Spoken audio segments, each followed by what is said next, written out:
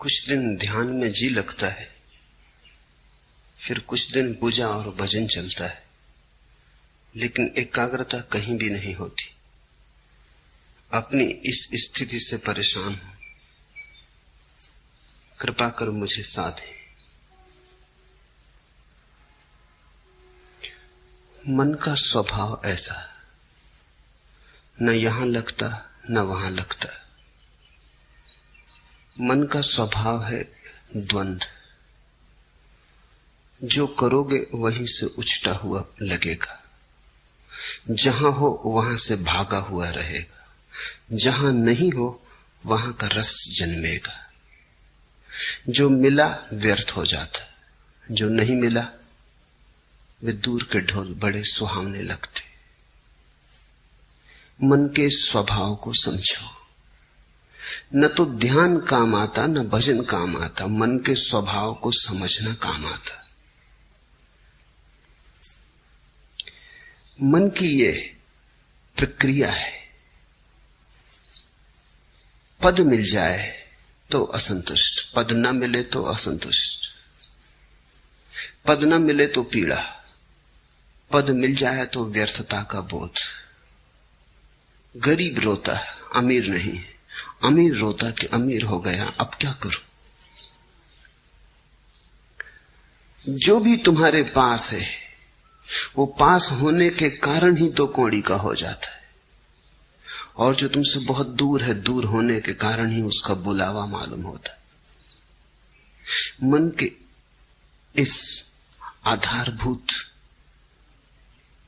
जाल को समझो, इसे पहचानो। ये ध्यान और भजन का ही सवाल नहीं है।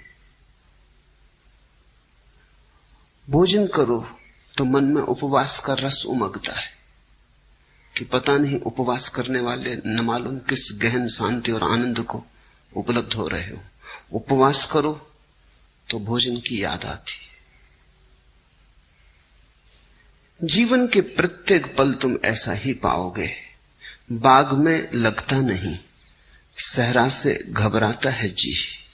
अब कहां ले जाके बैठे ऐसे दीवाने को हम। बगीचे में बिठाओ तो लगता नहीं, मरुस्थल में ले जाओ तो घबराता है। बाग में लगता नहीं, सहरा से घबराता है जी। अब कहां ले जाके बैठे ऐसे दीवाने को हम। मन एक तरह का पागलपन है, एक तरह की विक्षिप्तता है। मन से मुक्त होना ही मुक्ति है, मन के पार होना ही स्वस्थ होना है। तो पहली तो बात, मन के इस स्वभाव को समझने की कोशिश करो। अक्सर लोग समझने की कम कोशिश करते हैं, छुटकारा पाने की ज्यादा कोशिश करते हैं, और छुटकारा बिना समझे कभी नहीं। तो तुम्हारी आकांक्षा यह होती कैसे झंझट मिटे, लेकिन बिना समझे झंझट मिटी ही नहीं। ना समझी में झंझट है, तो तुम चाहते हो कैसे इस मन से छुटकारा हो, लेकिन पहले इसे पहचानो तो, इससे दोस्ती तो साथ हो, इससे परिचय तो बनाओ, इसके कोने कांतर तो खोजो, दिया तो जलाओ कि इसके सारे स्वभाव को तुम ठीक से देख लो। उस देखने में, उस दर्शन में, उस साक्षी भाव में ही तुम पाओगे विजय की यात्रा पूरी होने लगी। जिस दिन कोई मन को पूरा समझ लेता, उसी दिन मन विसर्जित हो जाता। जैसे सूरज के उगने पर ओसकण तिरोहित हो जाते, ऐसे ही बोध के जगने पर मन तिरोहित हो जाता। जैसे दिए के जलने पर अंधेरा नहीं पाया जाता, ऐसे समझ के, प्रज्ञा के दिए के जलने पर मन नहीं पाया जाता। तो मन से लड़ो मत। पहली बात, लड़ने का अर्थ ही ना समझिए। लड़के कभी कोई जीता? तुमने यही सुना है कि जो लड़े वो जीते। मैं तुमसे कहता हूं, लड़के कोई कभी जीता?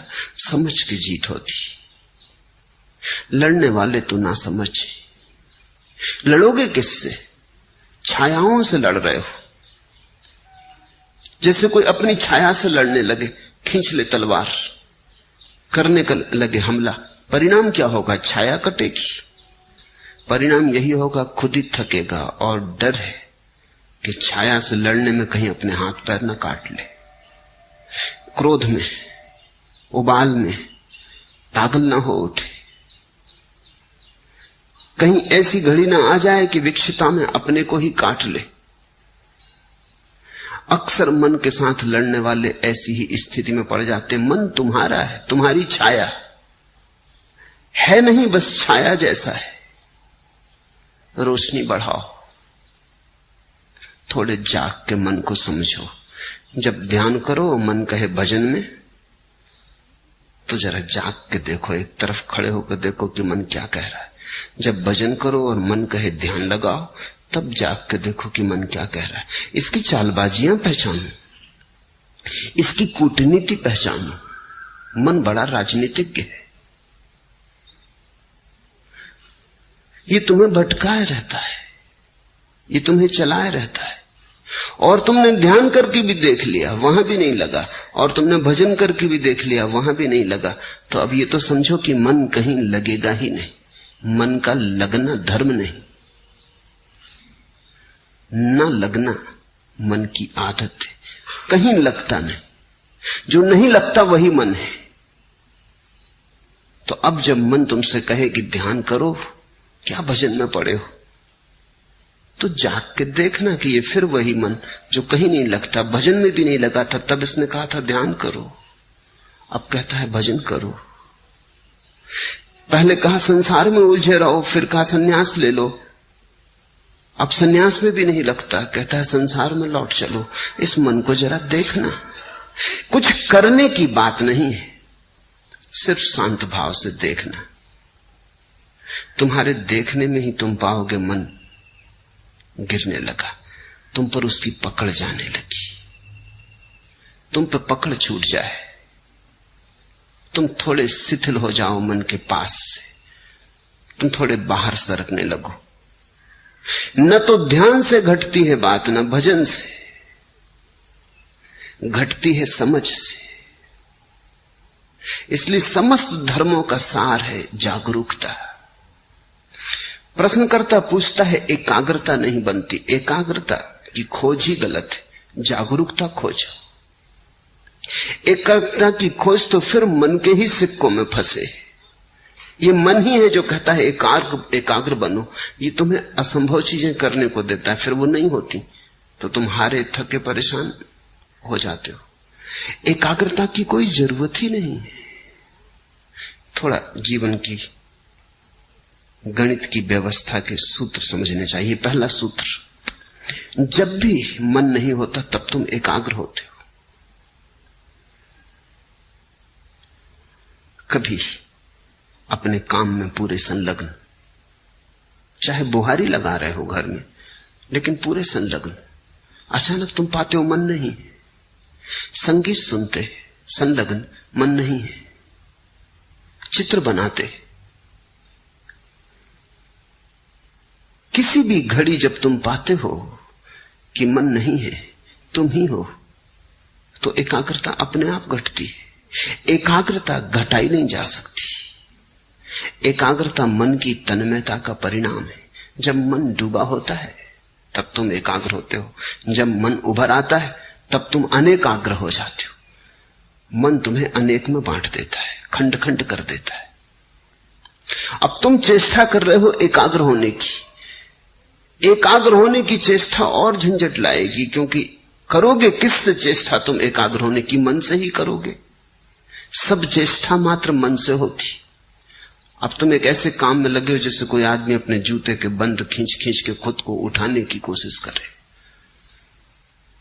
खुद को कैसे उठाओगे? जूते के बंद खींच के थोड़े बहुत उछल कूद लो, फिर बार बार जमीन पर पड़ जाओगे। ये असंभव चेष्टा है। मन कभी एकाग्र नहीं होता। जब एकाग्रता होती तो मन नहीं होता। तो तुम मन के द्वारा एकाग्र होने की चेष्टा ही छोड़ो। तुम तो छोटे छोटे कामों में रस लो। रस का परिणाम है एकाग्रता। बुहारी लगाओ तो ऐसे लगाओ जैसे भगवान के मंदिर में लगा रहे हो, चाहे घर तुम्हारा ही हो, है तो भगवान का ही मंदिर।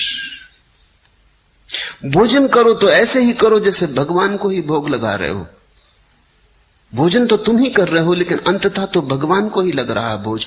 वही तो तुम्हारे भीतर आके भूख बना।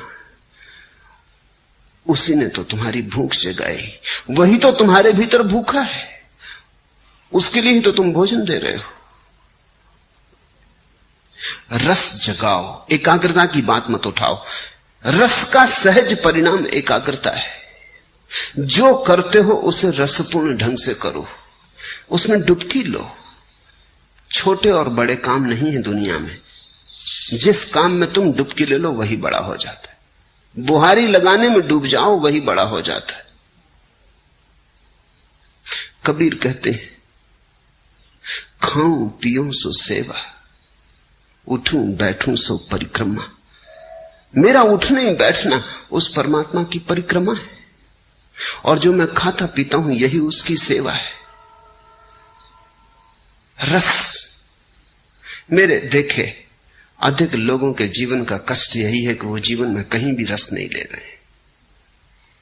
जो भी कर रहे हैं बेमन से कर रहे हैं क्योंकि करना है, खींच रहे हैं। जैसे बैलगाड़ी में जुते बैल, ऐसा जीवन को खींच रहे हैं, नाचते हुए, उमंग से भरे हुए नहीं। अगर तुम कोई ऐसे काम में लगे हो जिसमें तुम रस ले ही नहीं सकते तो बदलो वो काम। कोई काम जीवन से ज्यादा मूल्यवान नहीं। अक्सर ऐसा हुआ है, हो रहा है कि लोग ऐसे काम में उलझे हैं जो उनमें रस नहीं जगाता। किसी को कवि होना था, वो जूते बेच रहा है, बाटा की दुकान पे बैठा है, और जिसको बाटा की दुकान पे बैठ रहा था वो कविता कर रहा है, तो उसकी कविता में जूते की पालस की गंध आती, आएगी ही। लोग वहां हैं जहां उन्हें नहीं होना था, और ये विकृति के कारण है क्योंकि तुमने कभी अपने सहज भाव को तो खोजा नहीं। किसी के पिता ने कहा कि दुकान करो, इसमें ज्यादा लाभ है। किसी के पिता ने कहा डॉक्टर बन जाओ। किसी की मां को ख्याल था बेटा इंजीनियर बने। परिवार को धुन थी कि बेटा नेता बने। तो सब धक्का दे रहे हैं एक दूसरे को कि ये बन जाओ, वो बन जाओ। कोई ये नहीं पूछता कि ये बेटा क्या बनने को पैदा हुआ है, इससे भी तो पूछो, थोड़े इसके हृदय को भी तो टटोलो। तो फिर लोग गलत जगहों पर पहुंच जाते। एक बहुत बड़ा सर्जन जिसकी सारे जगत में ख्याति थी, जब 60 वर्ष का हुआ और उसकी 60वीं वर्षगांठ मनाई गई तो सारे दुनिया से उसके मित्र इकट्ठे हुए, उसके मरीज इकट्ठे हुए, और उन्होंने उसका बड़ा स्वागत किया। लेकिन वो बड़ा उदास था। उसके स्वागत में नृत्य का आयोजन किया गया था। तो जब लोग नृत्य करने लगे और वो सर्जन देखता रहा तो उसकी आंख से आंसू टपकने लगे। तो उसके पास बैठे उसके मित्र ने पूछा, क्या मामला है? हम सब तुम्हारी वर्षगांठ पे इकट्ठे हुए प्रसन्नता से, ये नृत्य तुम्हारे स्वागत में होता, तुम रोते क्यों हो? तुम्हारी आंख में आंसू क्यों है? तुम किस पीड़ा से भीग गए हो? उसने आंसू पोंछ लिए। उसने कहा कि नहीं, वो कोई बात नहीं। पर मित्र ने जिद की, कहा कि क्या तुम्हें कोई जीवन में विफलता मिली? तुम जैसा सफल आदमी नहीं, तुमने जो ऑपरेशन किया सफल हुआ, तुम्हारे जैसा कुशल सर्जन दुनिया में नहीं, फिर क्या? लेकिन उसने कहा, मैं कभी सर्जन होना ही नहीं चाहता था। मेरा दिल तो एक नर्तक होने का था। आज नाच को देख के मैं रो उठा।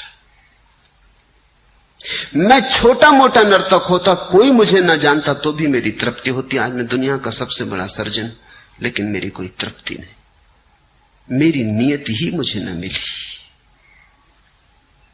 तो आज भी जब मैं किसी को नाचते देखता हूं तो बस मुझे याद हो आती। तुम अपनी जिंदगी को गौर से देखो। पहली तो बात, जो कर रहे हो उसमें रस लेने की कोशिश करो। हो सकता है तुमने रस का अभ्यास नहीं किया, तुम्हें किसी ने सिखाया ही नहीं कि रस का अभ्यास कैसे करना। रस के अभ्यास का पहला सिद्धांत है कि जो भी कर रहे हो इसका परिणाम मूल्यवान नहीं है। तुम्हें यही सिखाया गया कि परिणाम मूल्यवान है। तुम करते हो, इससे 10 रुपए मिलेंगे कि 1000 रुपए की लाख रुपए मिलेंगे। लाख रुपए में मूल्य है, परिणाम में मूल्य है। रस का सिद्धांत है, जो तुम कर रहे हो वो अपने आप में मूल्य है, अंतर्निहित है मूल्य। 1000 मिलेंगे 10,000 मिलेंगे वो बात गौण है। करने में जो डुबकी लगेगी वही बात महत्वपूर्ण है। अगर डूब गए तो मिल गए करोड़ों, अगर न डूबे और करोड़ों भी मिले तो कुछ भी न मिला। वो समय व्यर्थ गया जो बिना डूबे गया, वो दिन व्यर्थ ही बीते जो बिना डूबे बीते।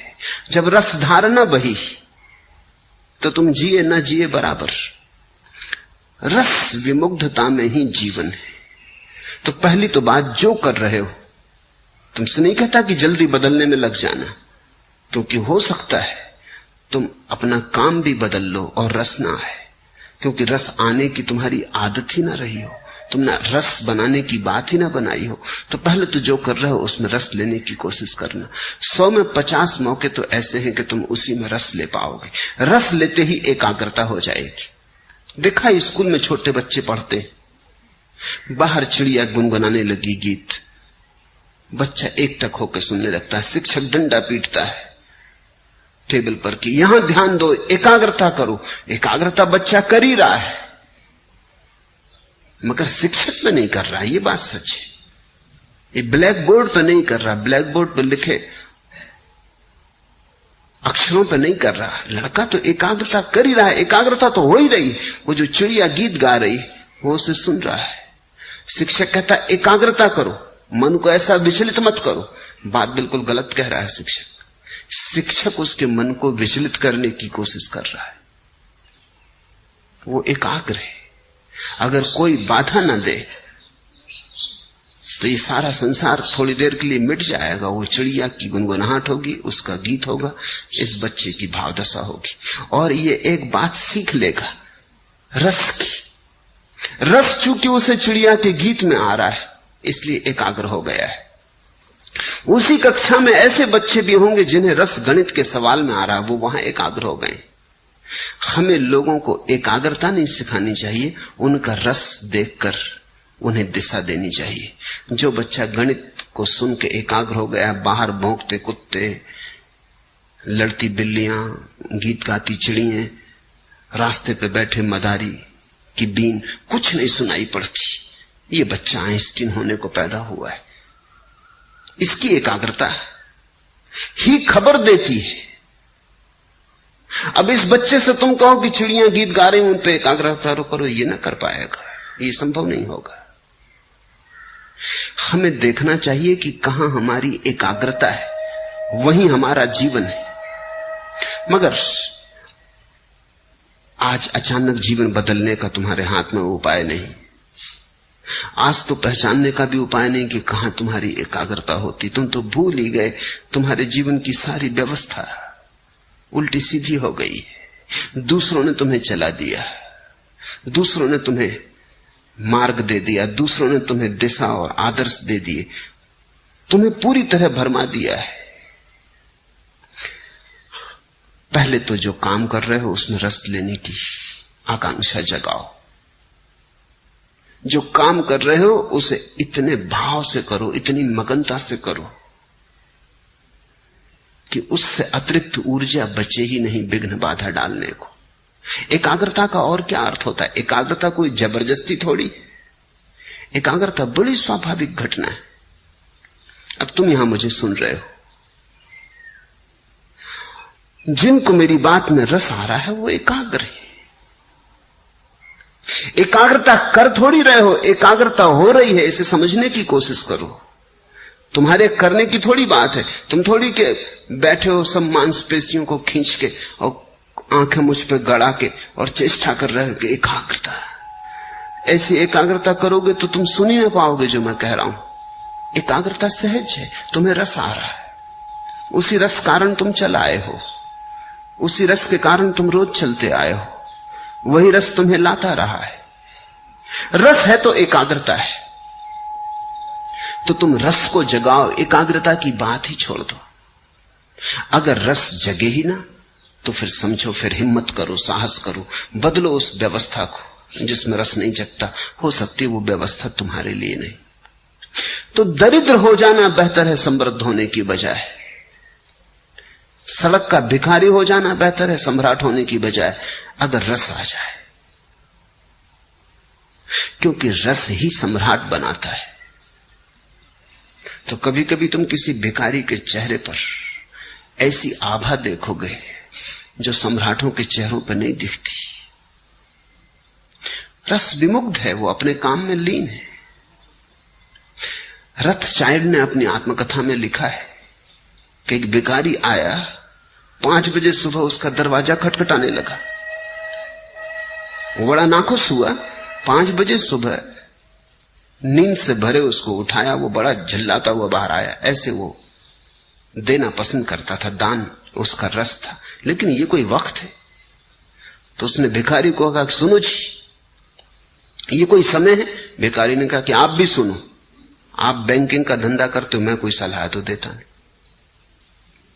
ये हमारा धंधा है, इसमें हम सलाह किसी की मानते नहीं। रथचाइल्ड ने प्रकाश जलाया कि इस आदमी को देखना चाहिए जो दुनिया के बड़े से बड़े करोड़पति को कह सकता है कि सुनो, तुम बैंकिंग का धंधा करते हो, हम तुम्हें कभी सलाह देते नहीं, हमारी सलाह का कोई मतलब भी नहीं, क्योंकि हमें कोई अनुभव भी नहीं, तुम हमें सलाह मत दो, हम जन्मजात भिखारी।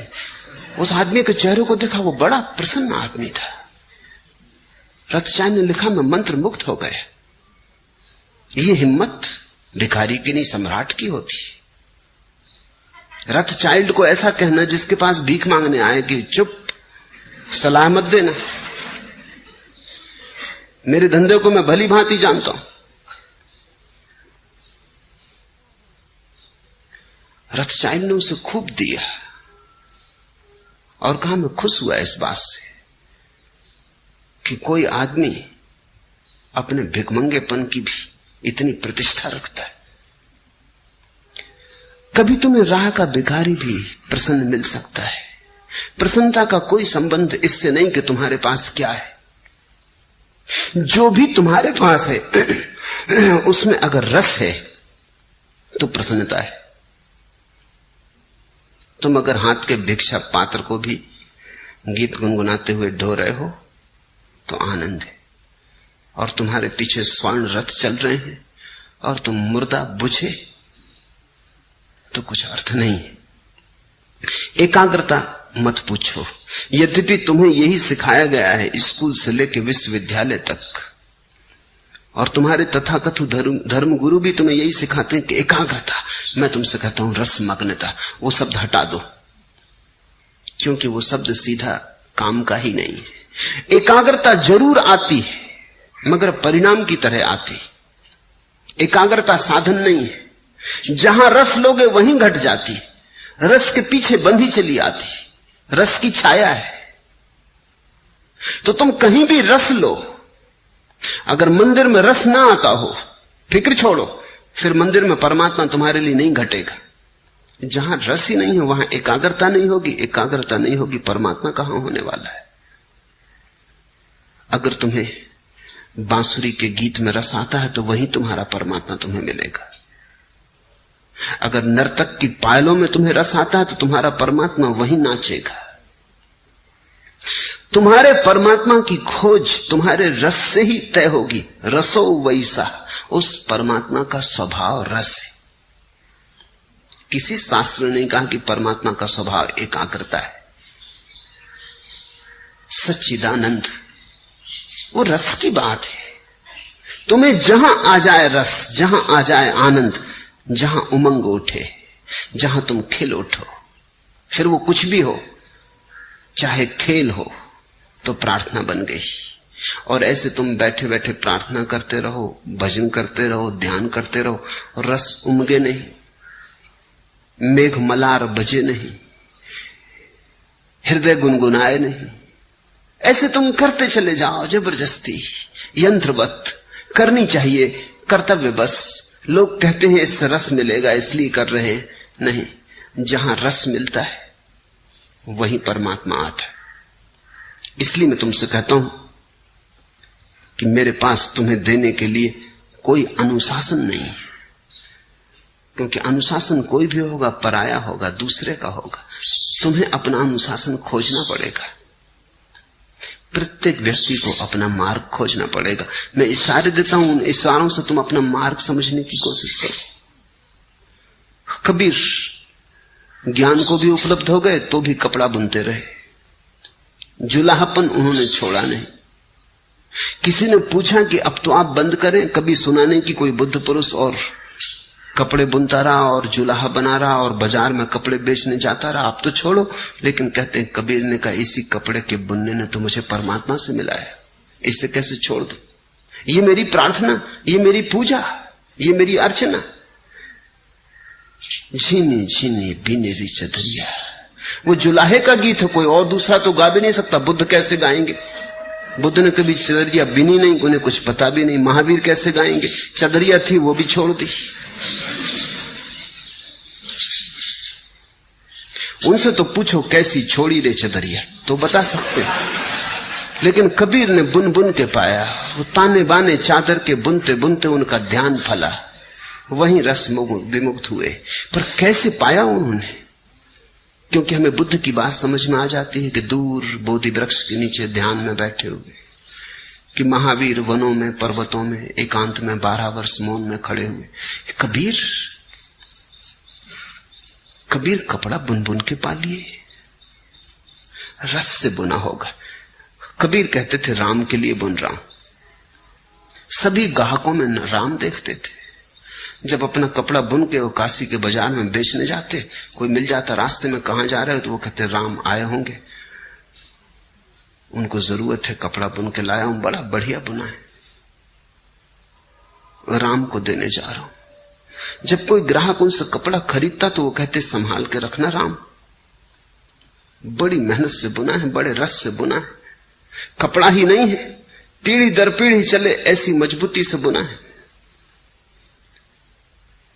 अपने प्राण उंडेले। तो जिसको ग्राहक में राम दिखाई पड़े, अब उसे किसी बोधि वृक्ष के नीचे जाने की जरूरत न रही। सभी लोग बोधि वृक्ष के नीचे जा भी नहीं सकते, और अच्छा है कि जाते नहीं तो बड़ी झंझट खड़ी हो जाए। एकाध बुद्ध बोधि वृक्ष के नीचे बैठता है, चलता है, एकाध महावीर मौन खड़ा हो जाता है, चलता है। लेकिन सभी ऐसे खड़े हो जाएं तो जीवन बड़ा विरस हो जाएगा। अधिक को तो कबीर जैसा होना पड़ेगा, अधिक को तो गोरे जैसा होना पड़ेगा। गोरा कुम्हार बस घड़े बनाता रहा, और घड़े बनाते बनाते खुद को भी बना लिया। और रैदास जूते सीते सीते, जूते बनाते बनाते पहुंच गए। तो तुम जो कर रहे हो उसमें रस डालो, ऊंडे लो रस, वहीं तुम्हारा भजन, वहीं तुम्हारा ध्यान। अगर तुम्हारी सारी चेष्टाएं असफल हो जाएं तो फिर साहस करो, तो फिर तुम गलत जगह हो।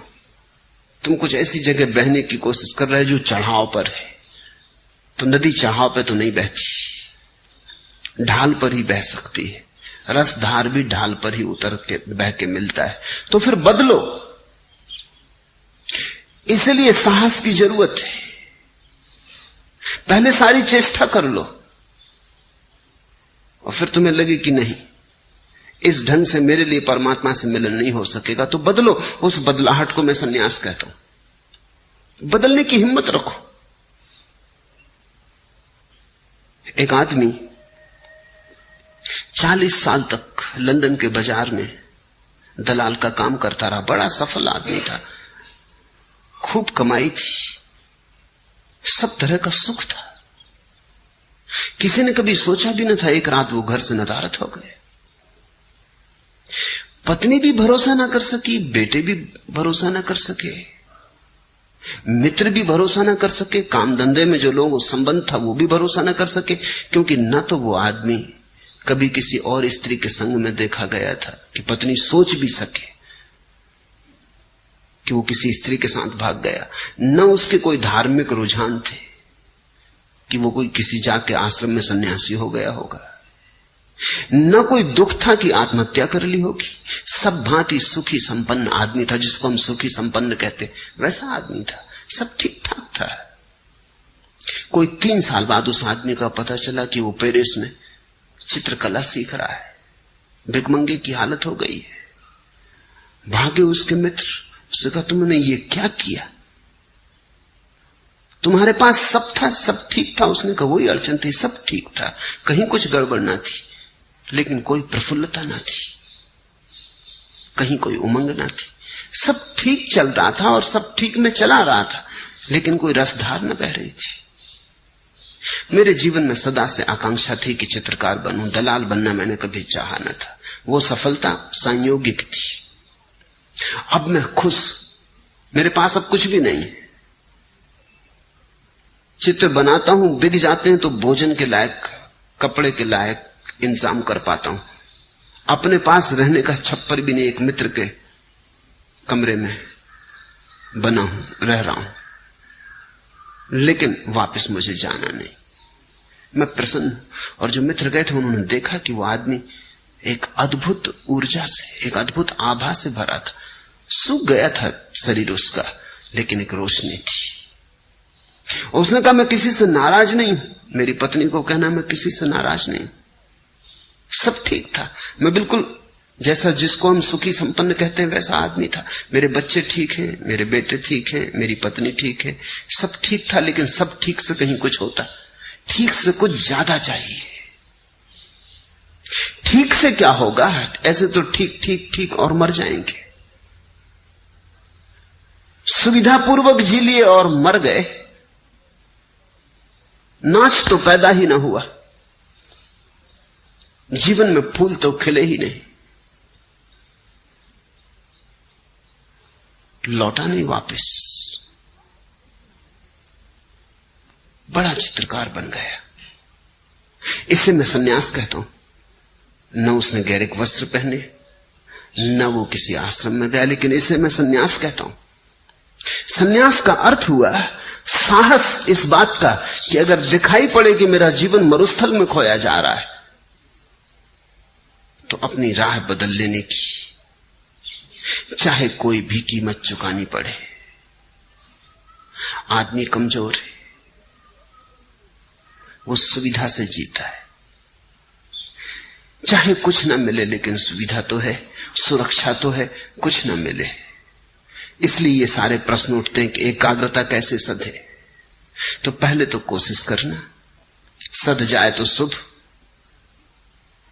चेष्टा करने से 50% मौके हैं सध जाएगी, न सधे तो हिम्मत करना, देर मत लगाना, क्योंकि जिंदगी रोज हाथ से सरकी जाती।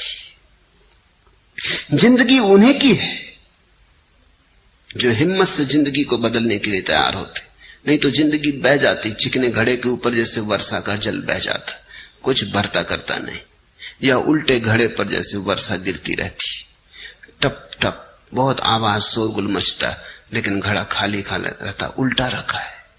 तो जरा गौर से देखना, तुम्हारा घड़ा अगर भरता ना हो तो कहीं उल्टा तो नहीं रखा है। तो न तो मौलिक सवाल ध्यान का है, न भजन का है, मौलिक सवाल समझ का है। मन के स्वभाव को समझो, एकाग्रता की बात ही मत उठाओ,